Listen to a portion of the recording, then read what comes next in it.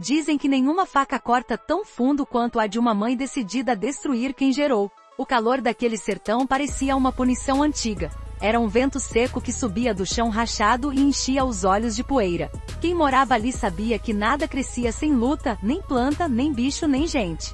Mas ninguém imaginava que naquela madrugada de quarta-feira, uma casa de tijolo cru se tornaria palco do crime que ninguém ousava acreditar. Era pouco antes do sol nascer quando os primeiros gritos acordaram a vila. Um latido longo de cachorro, depois o silêncio absoluto. Como se o próprio mundo prendesse a respiração. E no meio desse silêncio, surgiu o boato que se espalhou como fogo em capim seco. Maria Rosália matou o próprio filho. Se você tivesse passado por aquela rua algumas semanas antes, jamais teria previsto. A casa era simples, mas pintada de azul claro. Na varanda, um vaso de barro com manjericão. A cortina da janela sempre balançando no vento. O filho, um menino de 10 anos que andava de cabeça baixa, sempre com um caderno debaixo do braço. E Maria Rosália, mulher magra de pele morena, conhecida por ser calada. O tipo de pessoa que cumprimenta com um aceno tímido e volta rápido para dentro como quem teme o mundo. Mas naquela manhã, o portão estava aberto. E na soleira da porta, o delegado Luiz Maranhão respirava fundo antes de entrar. Era homem acostumado a ver o pior, tiros, facadas, corpos largados em beira de estrada. Mas nada do que tinha presenciado em 30 anos de polícia o preparou para o que encontrou ali. O quarto era tão pequeno que parecia sufocar quem entrasse. O colchão, manchado de sangue que escorrera até molhar o chão de cimento. O lençol, dobrado sobre o corpo miúdo. E Maria Rosália, sentada ao lado com as mãos pousadas no colo. O olhar dela não era de fúria. Não era de desespero. Era o vazio absoluto. O mesmo vazio que diziam alguns vizinhos, já morava nela havia anos. A notícia correu depressa. Quando o sol subiu, já tinha jornalista de toda parte. Microfones apontados para a casa, câmeras gravando cada lágrima dos curiosos. E os curiosos se multiplicavam. Gente de longe vinha só para ver o lugar da mãe assassina. Pareciam romeiros, mas não buscavam fé, buscavam o sabor do horror. Mas se você acha que essa é só mais uma história de manchete fácil, pense de novo. Porque o que aconteceu naquela madrugada não nasceu do nada. Foi o fruto de muitas sementes plantadas na escuridão. E é por isso que essa história precisa ser contada. Para lembrar que a violência não começa quando a faca rasga a carne. Começa muito antes, quando a alma vai ficando oca de tanto apanhar da vida. Maria Rosália não era bandida. Não tinha ficha na polícia, não devia dinheiro a traficante, não carregava apelido de matadora. Era só mais uma mulher esquecida num canto de estrada. O tipo que vende bolo de milho na feira para comprar o gás da semana. O tipo que aprende a engolir humilhação sem reclamar. E que um dia descobre que não consegue mais. Os vizinhos contavam que ela tinha um olhar triste desde menina. Era filha de pai violento e mãe resignada. Quando pequena apanhava por qualquer coisa. Por olhar errado, por tossir alto, por existir. Diziam que quando engravidou ainda moça, foi expulsa de casa com um cobertor e 2 vestidos. O pai cuspiu no chão e jurou que nunca pisaria na casa de quem se deitava com um homem sem nome. O homem, se é que se pode chamar assim, sumiu logo depois. Foi embora dizendo que não queria peso, e ela ficou. Ficou com a barriga crescendo, com a vergonha queimando na pele, com o medo crescendo na garganta. Mas não desistiu. Fez o parto sozinha, com a parteira da vila. E quando o menino nasceu, disse que seria diferente. Que daria ao filho a vida que nunca teve. Só que querer nem sempre basta. E quando os anos passaram, a pobreza continuou grudada nela como doença incurável. Não havia emprego fixo, não havia família que ajudasse. Havia só ela, a criança, e uma solidão que roía os ossos. As pessoas diziam que ela era quieta demais. Que vivia trancada. Alguns inventavam que apanhava do filho adolescente, que ele roubava comida, que gritava com ela. Outros juravam que era devota demais, que tinha visões e que a cabeça dela não batia direito. A verdade, como sempre, ninguém sabia. E naquela casa, tudo acontecia longe dos olhos alheios. Na véspera do crime, alguns vizinhos ouviram barulho de discussão. Um grito agudo, depois pancadas secas. Quando tentaram bater na porta, ninguém atendeu. E como acontece tantas vezes, cada um voltou para sua vida pensando: amanhã vejo se está tudo bem. Mas o amanhã chegou tarde demais. Quando o delegado perguntou o que tinha acontecido, Maria Rosália não respondeu. Nem uma palavra. Só olhava para o lençol. Depois ergueu os olhos e sussurrou uma frase que ninguém esqueceu. Foi para ele não sofrer mais. Se era verdade ou desculpa, ninguém saberia. Porque dali em diante, tudo virou silêncio. O silêncio de quem já perdeu qualquer esperança. O silêncio que faz a pele arrepiar. Por isso essa história precisa ser contada. Não para romantizar, não para justificar, mas para lembrar que a crueldade às vezes veste rosto calmo, que o desespero pode morar atrás de cortinas floridas, que quando ninguém olha, a dor cresce como mato bravo até virar faca. E você que está ouvindo, talvez ache que jamais poderia acontecer perto de você, que na sua rua, na sua família, ninguém seria capaz de algo assim. Mas acredite, todo lugar tem sua Maria Rosália, toda cidade tem seu segredo sujo, e toda casa tem alguma rachadura que pode romper. Se gostar dessa história, confira outras aqui do canal e comente o que achou. Se inscreva no canal, ativa o sininho. Se alguém quisesse entender como Maria Rosália chegou ao ponto de manchar as próprias mãos com o pior ato que uma mãe pode cometer, teria que voltar muito no tempo, porque nenhuma tragédia brota do nada. Tudo começa com pequenos cortes na alma, feridas invisíveis que vão se acumulando até que não reste mais nada para segurar o instinto de destruição.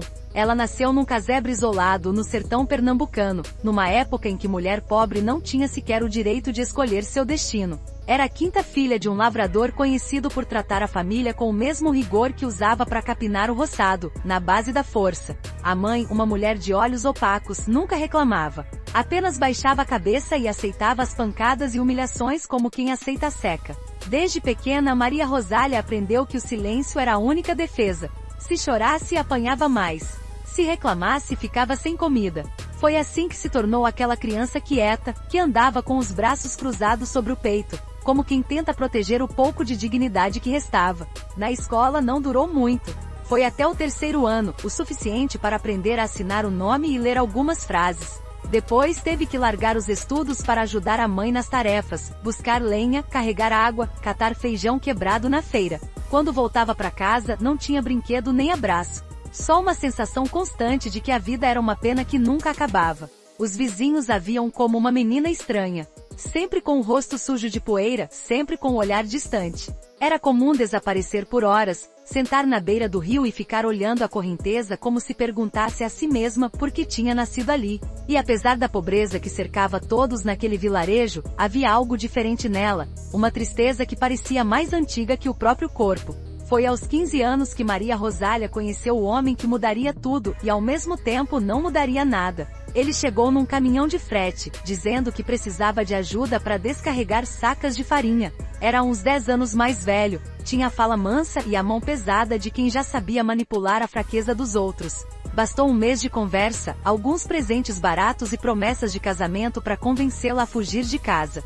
Os vizinhos comentaram que na primeira noite em que ela sumiu, a mãe ficou sentada na porta até o dia clarear. O pai, bêbado, soltou um palavrão e cuspiu no chão. Quando ela voltou semanas depois, com a barriga já crescendo, ninguém ofereceu abrigo.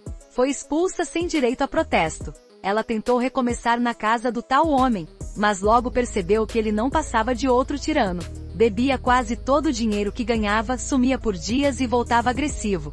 Quando o filho nasceu, ela acreditou que finalmente teria alguém para amar sem medo, que aquele bebê seria a redenção. Mas a realidade é que uma criança só aumenta a dureza de quem já não tem nada. Os anos seguintes foram uma sequência de derrotas miúdas. Um emprego de doméstica que acabou porque a patroa dizia que a criança chorava demais. Uma tentativa de vender bolos na feira que fracassou porque ninguém queria comprar de mulher sozinha. Uma amizade que terminou em fofoca e desprezo. Aos poucos, ela se fechou, e o silêncio virou rotina. Quem morava perto percebia que ela já não saía de casa como antes. Alguns diziam que era vergonha, outros afirmavam que era doença da cabeça. Mas ninguém teve coragem de bater na porta e perguntar se ela precisava de ajuda. Porque no sertão, cada um carrega sua cruz e aprende a não se meter no fardo alheio. O filho cresceu nesse ambiente de carência e ressentimento. Era um menino magro, de olhos tristes como os da mãe.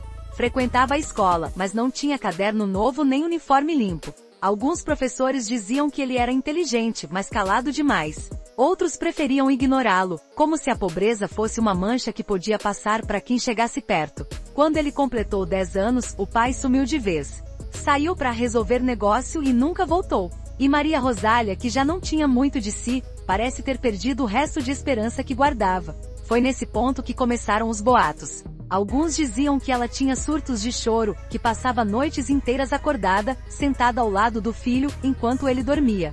Outros contavam que às vezes ela ria sozinha, como se conversasse com vozes que ninguém mais ouvia. Mas ninguém fez nada, ninguém ofereceu ajuda. E assim, a solidão foi se tornando outra presença naquela casa. O que poucos sabiam era que Maria Rosália alimentava uma convicção sombria, de que o mundo jamais permitiria que o filho tivesse uma vida melhor, que ele estava condenado a repetir a mesma história de abandono e humilhação. Ela dizia a si mesma que não suportaria vê-lo se tornar igual ao pai.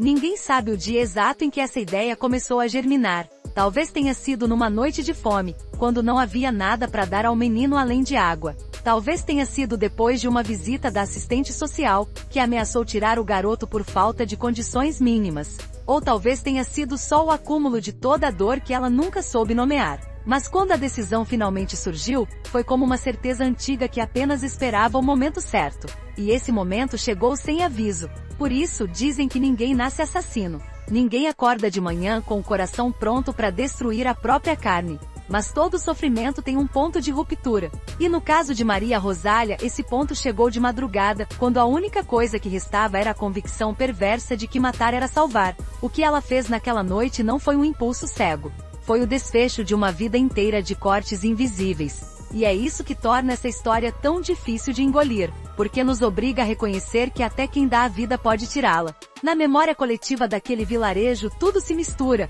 a madrugada abafada, o cheiro de lenha queimando nos quintais, o silêncio pesado que ninguém ousava romper.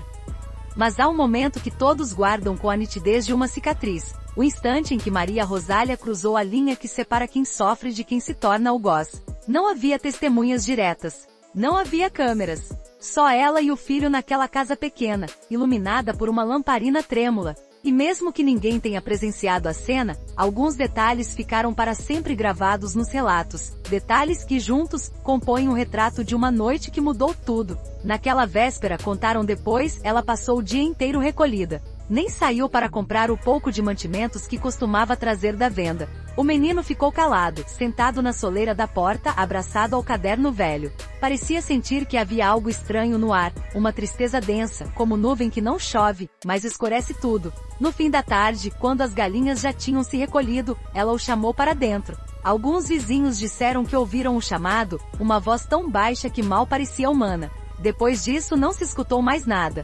Nenhum grito, nenhum pedido de socorro. Só o silêncio absoluto. Para quem cresceu acreditando que toda mãe carrega instinto de proteção, é quase impossível imaginar o que aconteceu entre aquelas quatro paredes. Mas no sertão há uma sabedoria antiga que diz que a dor, quando não encontra saída, vira faca. E foi isso que aconteceu com Maria Rosália. Os peritos que entraram na casa na manhã seguinte encontraram a lamparina ainda acesa. A faca de cozinha de cabo vermelho estava caída ao lado do colchão. E sobre o colchão, o corpo pequeno coberto até o pescoço, como se ela quisesse no último instante poupá-lo do frio. Mas não havia mais frio nem calor, só o silêncio definitivo. A lâmina tinha marcas de ferrugem, e a lâmina também tinha marcas de tudo que Maria Rosália nunca disse. Porque naquele fio de aço depositou-se a raiva contida, o medo de falhar, o ressentimento que virou certeza de que nada mudaria. O delegado que atendeu a ocorrência contou anos depois, num desses programas de televisão que adoram explorar tragédias, que nunca esqueceu o cheiro do quarto. Não era só cheiro de sangue, era cheiro de abandono. Quando entraram, ela estava sentada ao lado do colchão, o olhar fixo no vazio. A mão direita ainda segurava um pedaço do lençol. Não chorava. Não tremia. Era como se a parte humana dela tivesse ficado do lado de fora. Quando perguntaram por que, só disse: "Eu não queria que ele passasse o que eu passei." Foram essas 9 palavras que assombraram a vila pelos meses seguintes. 9 palavras que dividiram a população em 2 grupos, os que a odiavam sem reservas e os que secretamente entendiam que no fundo, aquilo era um grito de desespero que ninguém quis ouvir. Enquanto isso, a imprensa transformava Maria Rosália numa personagem maldita. Manchetes gritavam: "A mãe monstro. O pior crime do sertão." Repórteres vasculhavam cada detalhe da vida dela em busca de explicação. Mas não havia explicação que coubesse numa frase de efeito. Alguns tentaram apontar o dedo e dizer que foi loucura. Outros preferiram acreditar que era pura maldade. Mas quem conheceu Maria Rosália sabia que aquilo não tinha sido premeditado como um assassinato frio. Foi um colapso. Um colapso que teve hora, lugar e um custo que ninguém ali esqueceria. O primeiro sangue naquele lençol foi também o último laço entre ela e o resto do mundo. porque a partir dali, ela não seria mais vista como mulher, mãe, vizinha. Era apenas um monstro. E essa condenação social veio antes de qualquer sentença oficial. Na cadeia para onde foi levada horas depois, tornou-se alvo de olhares que misturavam curiosidade e repulsa. Outras detentas contaram que ela ficava sentada no canto da cela, as mãos entrelaçadas no colo, sem pedir nada. Não falava, não chorava, não protestava. Apenas respirava, como se aquilo fosse tudo o que lhe restava fazer. O delegado, que já tinha visto muitos homens brutais, confessou em entrevista que nunca sentiu tanta inquietação quanto naquela madrugada. Porque por mais que quisesse odiá-la, ao olhar nos olhos dela, viu algo familiar. O esgotamento de quem não tem mais forças para fingir que vai dar certo. Enquanto isso, na vila, o luto virou espetáculo. Velas acesas na porta da casa, rezas coletivas, crianças que passavam correndo só para espiar pela janela quebrada. E no meio dessa comoção, a pergunta que ninguém conseguia calar: em que momento aquela mulher comum se transformou em assassina? As respostas vinham carregadas de medo e preconceito. Diziam que era possessão, que era doença, que era culpa do diabo. Mas ninguém mencionava o que todos sabiam: que Maria Rosália nunca teve rede de apoio, nunca teve descanso, nunca teve escolha. E foi assim que o primeiro sangue virou mito. Porque quando uma mãe tira a vida do próprio filho, o horror ultrapassa qualquer lógica. Vira história que se conta no portão, que alimenta o medo coletivo e que, de tão dolorosa, acaba sendo transformada em lenda. Alguns vizinhos começaram a dizer que viam o espírito do menino rondando o quintal à noite. Outros juravam que o choro dele ainda ecoava no vento. E assim a tragédia virou folclore. A dor virou conto. E Maria Rosália viva tornou-se um fantasma que todos preferiam manter do outro lado da grade. Mas se você acha que essa história termina aqui, prepare-se. Porque o pior ainda estava por vir. O julgamento, o ódio crescente, o abandono absoluto. O momento em que a lenda se consolidou como o retrato mais cruel de tudo que o abandono pode criar. Depois daquela madrugada em que Maria Rosália riscou o chão da sua história com a faca, nada voltou a ser normal na vila. Durante muito tempo, o casebre azul claro ficou fechado, com a porta trancada por correntes que tilintavam quando o vento passava. Mas o silêncio não impediu que a memória do crime crescesse. Ao contrário, foi no silêncio que a história se espalhou como praga, carregada de medo e fascínio. Nos primeiros dias após o crime, a pequena delegacia virou uma romaria de curiosos e jornalistas. Gente que chegava de cidades vizinhas só para ver a mulher que matou o filho. Alguns vinham com nojo, outros com curiosidade mórbida. Mas todos queriam um pedaço daquela tragédia. Queriam ouvir da boca dela o porquê. Queriam olhar nos olhos da mãe assassina e tentar descobrir o que ninguém conseguia explicar. Os jornais populares deram a ela um novo nome: a Mãe do Sertão que virou monstro. As manchetes competiam entre si, cada uma mais apelativa que a anterior. Matou para punir ou para salvar? Os segredos de Maria Rosália. O horror dentro da Casa Azul. Cada edição vendida era mais lenha na fogueira do mito. Na cela onde foi trancada, Maria Rosália se transformou em lenda viva. Ao contrário do que muitos esperavam, ela não gritava, não pedia perdão, não se justificava. Ficava sentada no canto, o corpo magro encostado na parede úmida, olhando fixamente para o chão. Nem quando chegavam os advogados ou assistentes sociais ela mudava a expressão. O silêncio virou seu único escudo contra a fúria do mundo.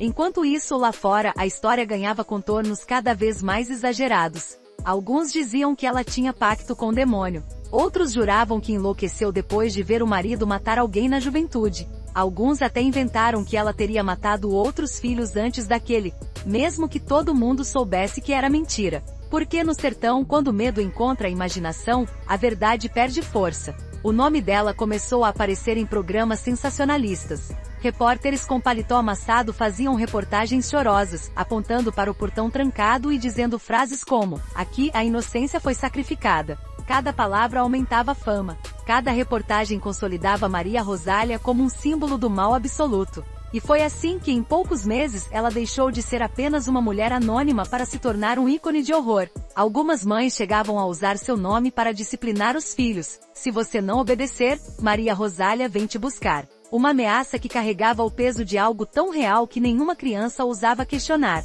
Na cadeia, ela passou a ser olhada com um misto de temor e desprezo. Para muitas detentas, Maria Rosália era pior do que qualquer traficante ou assassino de aluguel. Porque na cabeça delas, só havia uma linha que não podia ser cruzada: a que separa a violência do amor materno. E Maria Rosália, com uma única facada, destruiu essa fronteira.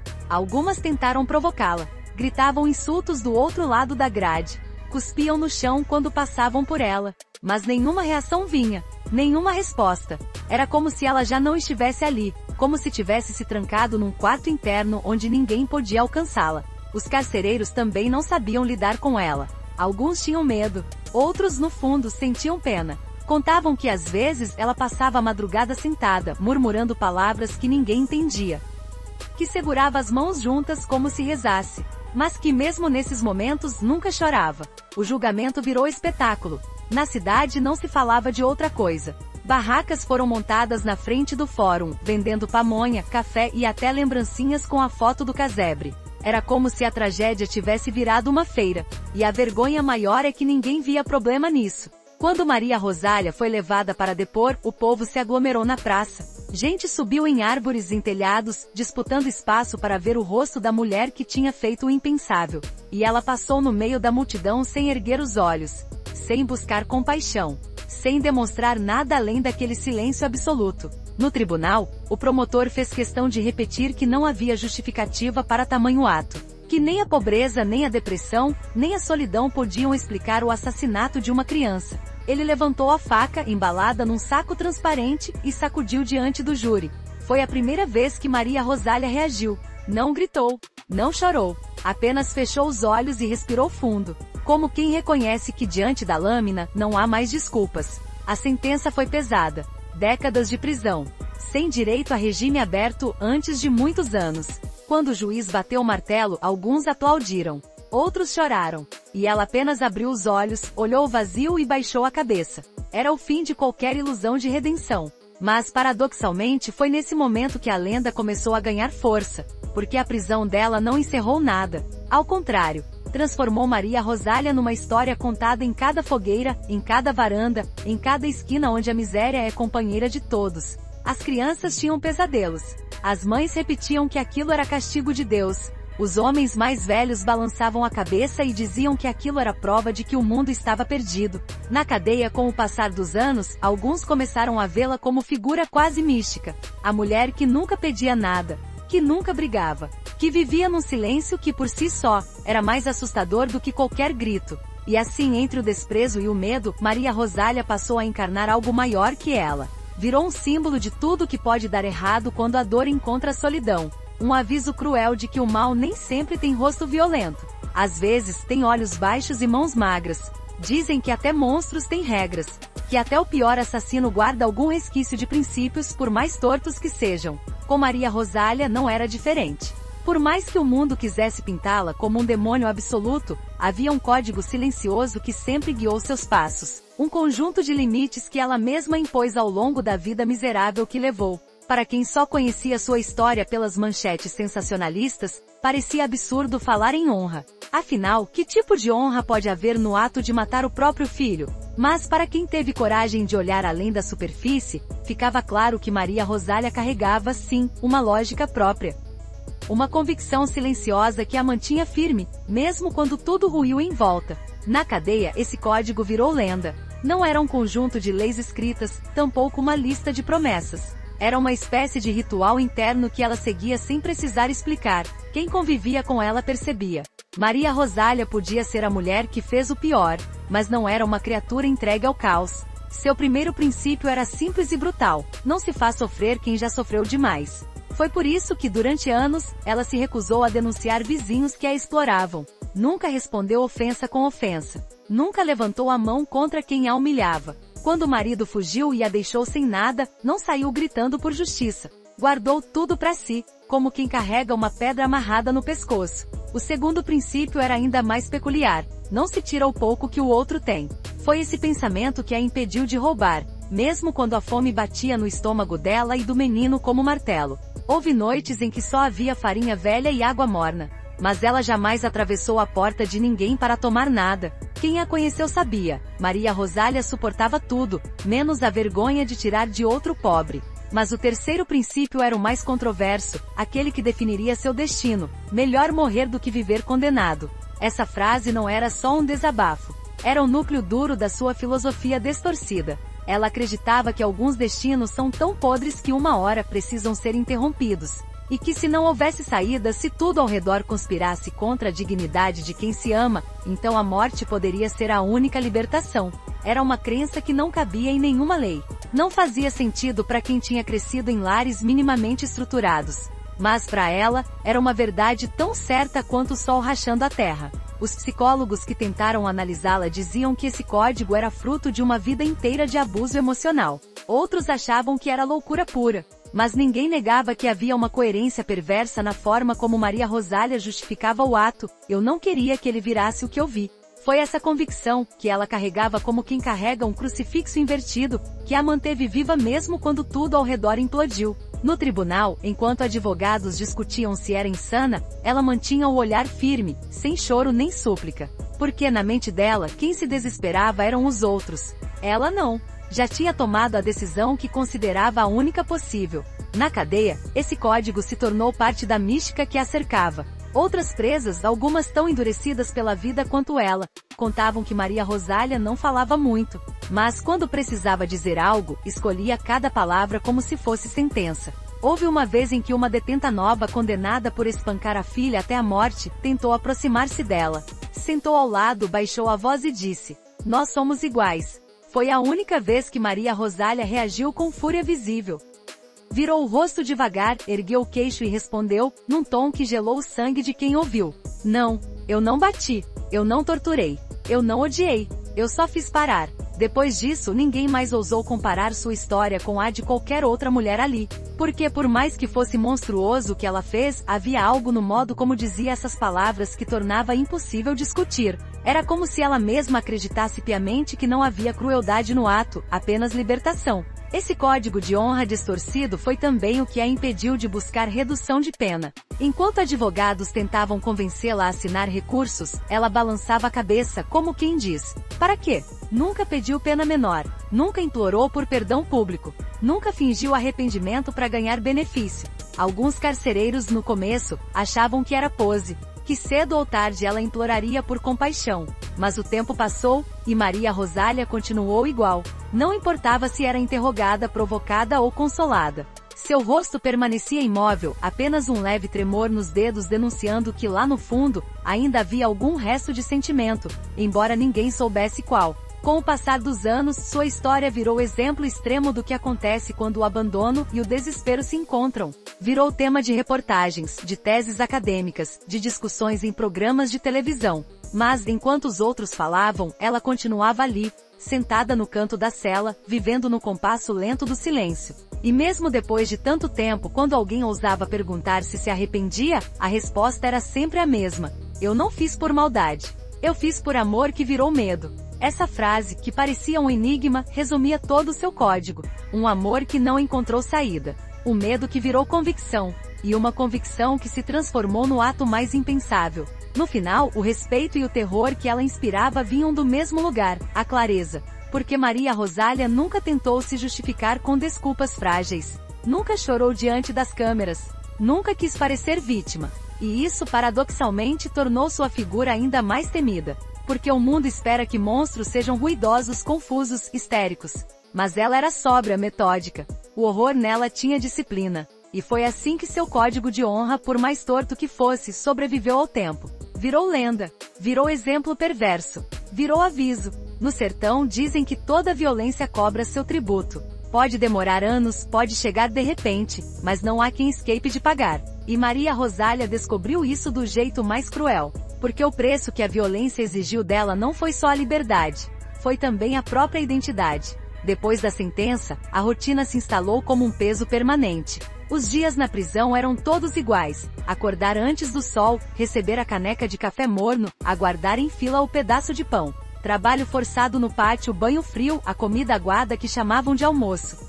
E depois o longo período de espera até o escurecer, quando as celas eram trancadas com um estrondo que lembrava a todos quem mandava ali. Mas para Maria Rosália, a cela não era apenas punição. Era o único lugar onde ninguém exigia dela explicações. Enquanto o mundo lá fora se alimentava da sua história, programas de TV, debates, manchetes sensacionalistas, ela permanecia calada, quase imóvel.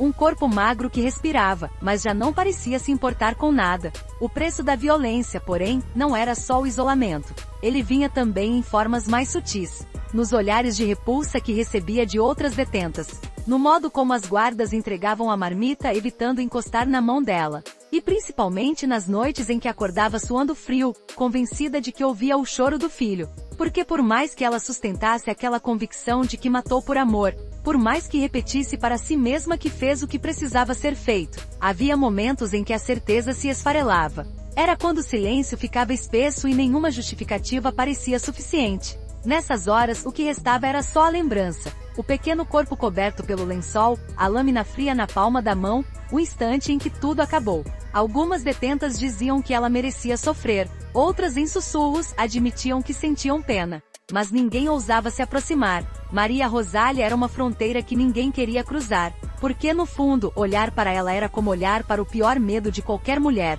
o de perder o pouco de si que ainda restava. O tempo foi cobrando seu preço no corpo dela. Os cabelos, antes longos e pretos, ficaram grisalhos em menos de 2 anos. O rosto, sempre magro, passou a ter sulcos profundos. As mãos que um dia embalaram o filho ganharam manchas que não saíam nem com água sanitária. Era como se o tempo quisesse marcar cada centímetro dela com a prova de que ninguém escapa impune de um ato assim. Mas o castigo mais cruel não era físico, era psicológico. Porque Maria Rosália, que jamais buscou perdão público, passou a ser assombrada por sonhos recorrentes. Sonhava que caminhava por uma estrada de terra, carregando o menino no colo, que parava à beira de um rio, e ali ele acordava e perguntava: "Por que, mãe?" Sempre a mesma pergunta. Sempre o mesmo silêncio como resposta. Esses sonhos vinham toda semana, como um rito. E cada vez que acordava demorava alguns minutos para perceber que ainda estava viva, que não tinha se livrado da culpa, e que talvez nunca fosse se livrar. As visitas que a justiça obrigava a acontecer. Psicólogos, assistentes sociais, advogados, se tornaram apenas mais um martírio. Alguns vinham com perguntas ensaiadas querendo entender o que sentia. Outros tentavam arrancar dela alguma frase de arrependimento para usar nos relatórios. Mas Maria Rosália não dava o que queriam. Sentava de frente, as mãos entrelaçadas, e respondia com voz baixa: "Eu não me arrependo como vocês pensam, mas também não sei se fiz certo."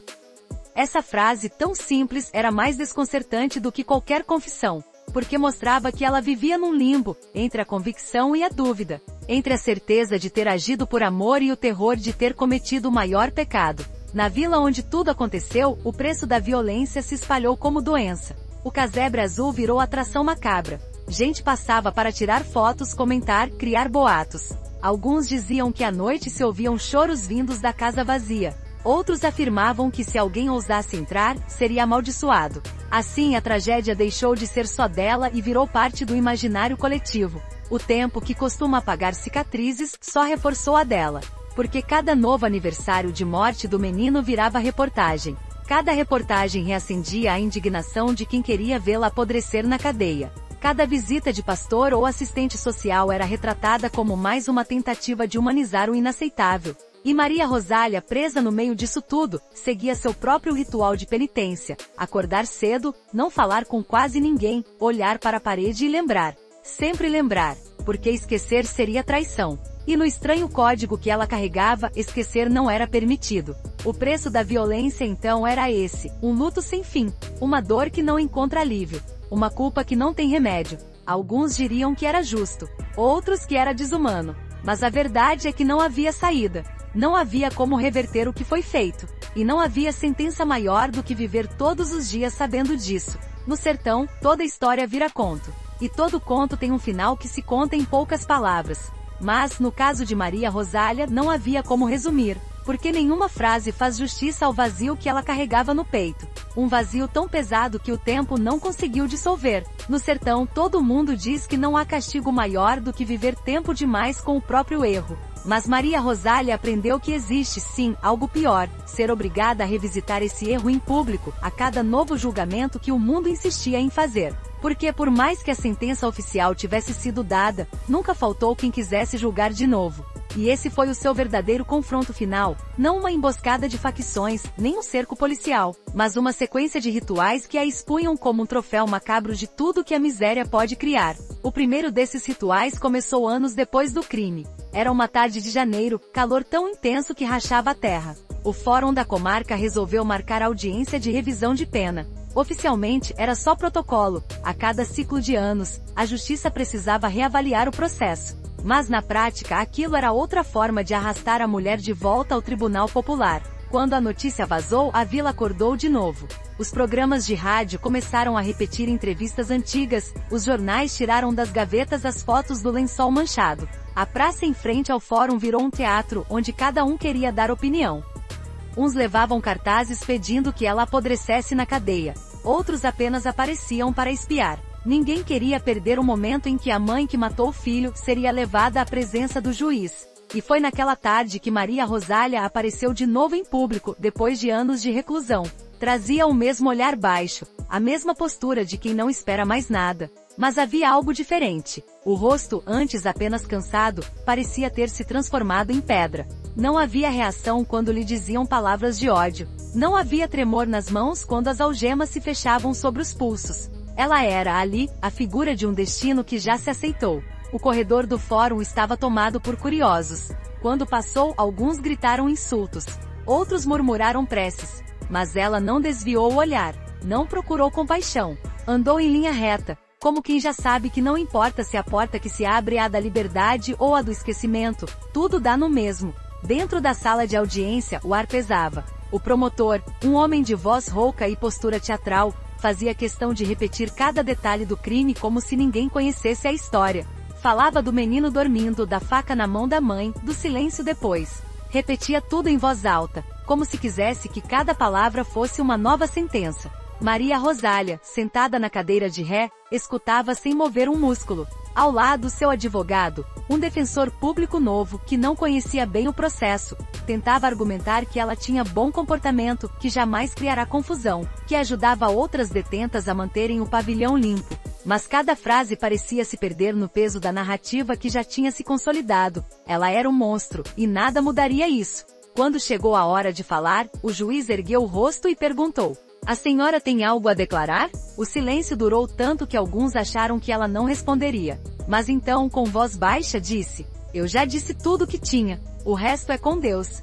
Foi a única frase. Mas, para muitos ali, era como se ela tivesse cuspido na cara de quem queria vê-la chorar. Porque naquele tribunal improvisado, o que se esperava não era justiça. Era espetáculo. E Maria Rosália, com seu silêncio, recusava participar da encenação.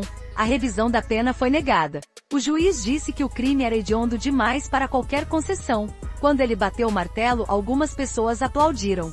Outras se benzeram. Mas ela não mudou de expressão. Levantou-se, deixou que colocassem as algemas e caminhou de volta ao camburão. Mas não foi a única vez. A cada aniversário da tragédia, a imprensa ressuscitava a história. A cada nova diretoria do presídio, apareciam relatórios discutindo se ela merecia algum benefício. E todas as vezes, era como se enfiassem a faca de novo. Porque ainda que ela nunca demonstrasse, Maria Rosália era obrigada a relembrar cada detalhe, como se sua dor precisasse ser revista por todo mundo. Esse foi seu confronto final, viver no eterno julgamento. Não só o da justiça, mas o da opinião pública, o das vizinhas que cuspiram seu nome nas rezas, o das detentas que a temiam e odiavam em igual medida. Porque na cadeia, ela se tornou uma presença incômoda. Não porque gritasse ou ameaçasse, mas justamente por nunca fazer nada. Certa noite, uma presa mais jovem, condenada por tráfico, disse em voz alta que Maria Rosália deveria ao menos pedir perdão. Foi a única vez que se ouviu a velha reagir. Levantou o rosto, os olhos fundos e respondeu: "Quem tem certeza do que fez não pede desculpa." Depois disso ninguém voltou a tocar no assunto. Porque aquela frase era mais perturbadora que qualquer grito. Era a prova de que ela não se arrependia do jeito que todos queriam. E por isso continuava sendo um espelho onde ninguém tinha coragem de se encarar. Os anos seguintes foram só repetição. As audiências, os pedidos negados, as matérias requintadas. Cada ciclo de indignação pública vinha e passava, mas Maria Rosália permanecia. Sentada na quina da cama, as mãos sobre o colo, esperando o fim que ninguém sabia quando viria. No fim das contas, esse foi o grande confronto. Não uma batalha sangrenta. Não uma fuga espetacular. mas a resistência silenciosa de quem já não tem nada a perder, a recusa em chorar diante de quem queria vê-la derrotada, o silêncio absoluto como última forma de poder. Maria Rosália passou anos esperando por um fim que nunca chegava. Para muitos, era como se ela já tivesse morrido por dentro naquela madrugada em que levantou a faca. Mas seu corpo insistia em continuar, magro e silencioso, dentro da cela de concreto que se tornou seu último endereço. Os dias se sucediam iguais, como contas de um rosário que ninguém mais queria rezar. Cada manhã começava com o ranger da tranca, o café morno servido em caneca de alumínio, o momento em que o sol entrava em tiras finas pelas grades. Alguns carcereiros mudavam, outros envelheciam, mas ela permanecia, a mulher que todo mundo conhecia pelo crime, e ninguém pelo nome. O desfecho implacável, porém, não chegou de uma vez. Veio em pedaços. Primeiro foi o corpo que começou a fraquejar. A pressão caía, os joelhos tremiam, o estômago rejeitava a comida pobre do presídio. Depois, vieram os lapsos de memória. Pequenos apagões em que ela se esquecia de onde estava, ou quem era. Os médicos diziam que era o peso da idade, agravado pelo trauma e pelo isolamento. Mas na verdade, parecia que o passado finalmente decidirá cobrar sua conta. Ainda assim, havia algo na forma como ela se sentava, sempre ereta, sempre em silêncio, que fazia os outros detentos evitarem cruzar seu olhar. Porque mesmo consumida, Maria Rosália não cedia. Não implorava. E isso, para quem convivia com ela, era pior do que qualquer ataque. Foi numa madrugada de outubro que a história chegou ao ponto final. Não teve violência, não teve espetáculo. A carcereira do plantão noturno estranhou o fato de Maria Rosália não responder ao chamado da contagem. Quando entrou na cela, encontrou-a sentada na cama, a cabeça apoiada na parede, os olhos fechados. A mão direita segurava o terço de contas azuis que alguma missionária lhe dera anos antes. E pela primeira vez desde o crime, parecia que ela estava em paz. O laudo confirmou que o coração dela simplesmente parou. Nenhuma doença fatal. Nenhuma complicação repentina. Apenas o corpo dizendo que bastava. Para muitos, foi um fim pequeno demais para alguém que causará tanto horror. Mas para quem entendia a lógica torta daquela vida, era o único desfecho possível. Porque Maria Rosália já tinha sido punida todos os dias que respirou depois daquela madrugada. A notícia percorreu o sertão com velocidade. Uns soltaram suspiros de alívio. Outros murmuraram que enfim, o menino teria sossego. Mas havia também quem sentisse um vazio estranho, como se, com a morte dela, terminasse um ciclo de vergonha que todos preferiam esquecer. O velório aconteceu sem imprensa, sem curiosos, sem multidão. Apenas 2 funcionários do presídio e uma assistente social. Nenhum parente apareceu. Nenhum amigo reclamou o corpo. A pequena capela do cemitério municipal recebeu o caixão simples, coberto com um lençol branco. Durante alguns minutos, o silêncio ali foi tão pesado que parecia esmagar os ombros de quem estava presente. Foi a assistente social quem quebrou o silêncio. Aproximou-se do caixão, depositou uma flor branca sobre a madeira e murmurou algo que ninguém ouviu. Talvez fosse uma prece. Talvez fosse só um adeus. Ninguém perguntou. Ninguém anotou. Em menos de meia hora, Maria Rosália foi levada ao buraco raso que aguardava desde cedo. Não teve discurso. Não teve placa com seu nome. Apenas um número frio cravado na estaca de madeira. O número que dizia em silêncio que ela foi mais uma a morrer sem deixar saudade. Mas se alguém acha que a história acabou ali, engana-se. Porque do lado de fora, o mito que ela representava continuava vivo. A Casa Azul virou ruína, mas ainda atraía gente que queria fotografar o cenário do crime. De tempos em tempos, aparecia algum repórter querendo recontar a história. E assim, mesmo depois de morta, Maria Rosália permaneceu como um espectro pairando sobre a memória de todos. O desfecho implacável foi esse: a mulher que um dia só queria proteger o filho, e que acabou odiada por todos, foi enterrada sem que ninguém chorasse. Mas a lembrança do que fez continuou, como uma ferida que não cicatriza. Alguns diziam que aquilo era justiça, que todo assassino merece terminar sozinho, esquecido num túmulo anônimo. Outros, mais cautelosos, reconheciam que nada daquilo apagava a pergunta incômoda: em que ponto uma vida tão miserável se transforma em tragédia? A morte dela, em vez de encerrar tudo, reacendeu o debate. Na rádio local, entrevistaram antigos conhecidos que contavam histórias desencontradas. Alguns lembravam dela como uma menina assustada. Outros juravam que sempre perceberam algo errado no olhar. E cada versão só aumentava o mistério em torno do que se passou naquela madrugada final. Para o sistema penitenciário, a morte de Maria Rosália foi apenas mais uma estatística. Para a vila foi o ponto final de uma vergonha coletiva.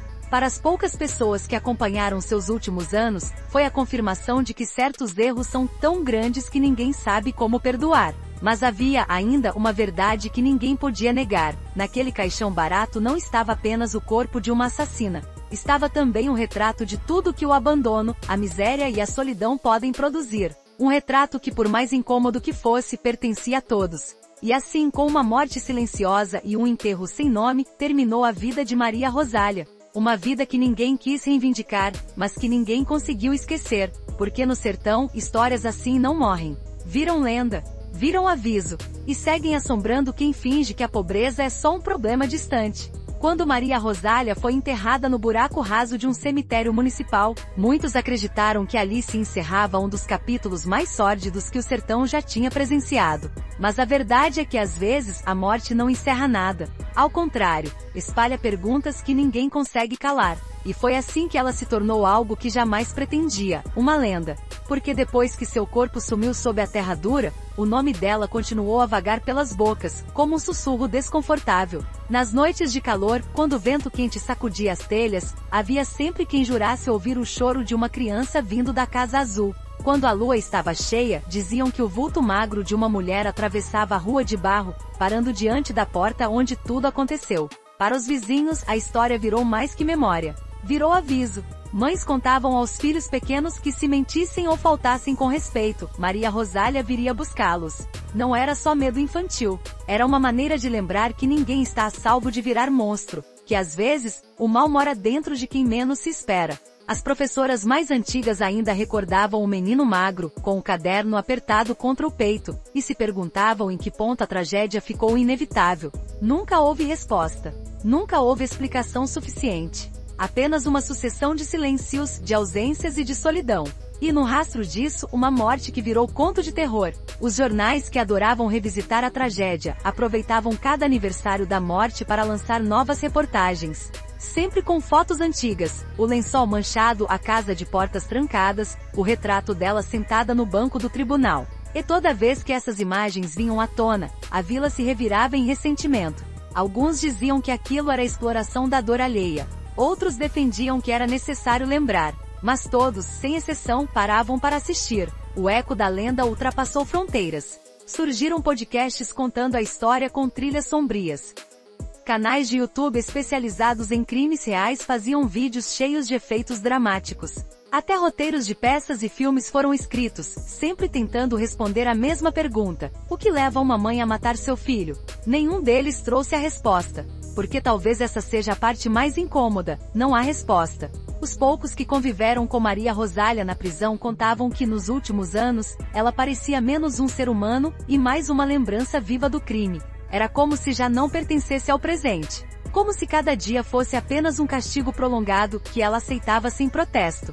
O rosto, cada vez mais ossudo, lembrava um crânio coberto de pele. Os olhos pareciam olhar além das paredes, como se buscassem algo que ninguém podia ver. E isso, mais do que qualquer manchete, foi o que perpetuou a lenda, a certeza de que ela jamais se arrependeu da maneira que o mundo esperava. Nunca pediu desculpa em público.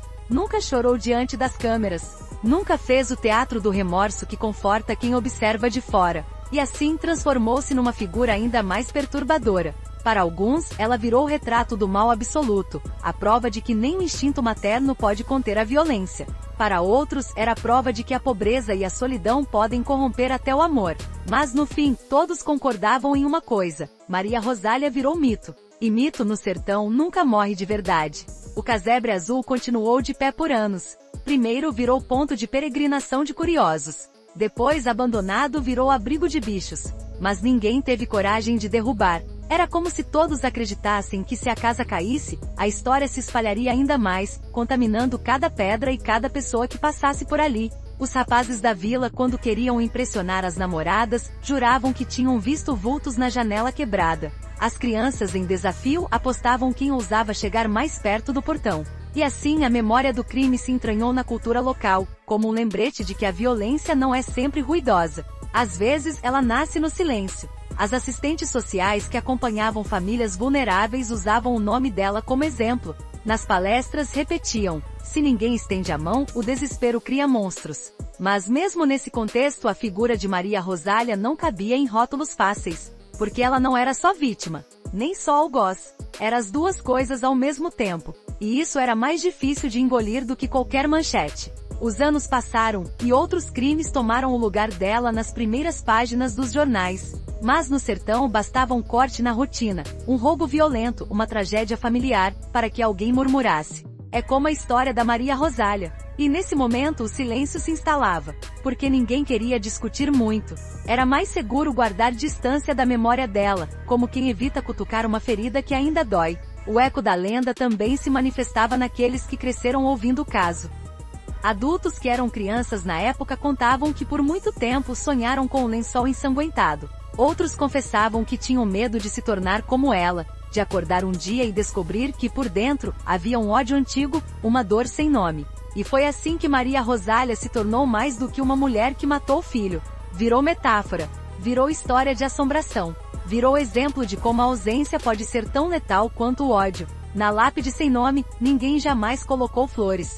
Mas vez ou outra aparecia uma vela acesa. Ninguém sabia quem deixava. Alguns diziam que era alma penada, outros que era alguém que ainda sentia compaixão. Mas ninguém investigava. Porque no sertão, certas coisas não se pergunta, apenas se aceita. E enquanto existir quem repita seu nome em voz baixa, Maria Rosália não terá desaparecido por completo. Porque a lenda dela, como toda lenda, não pertence mais a ela.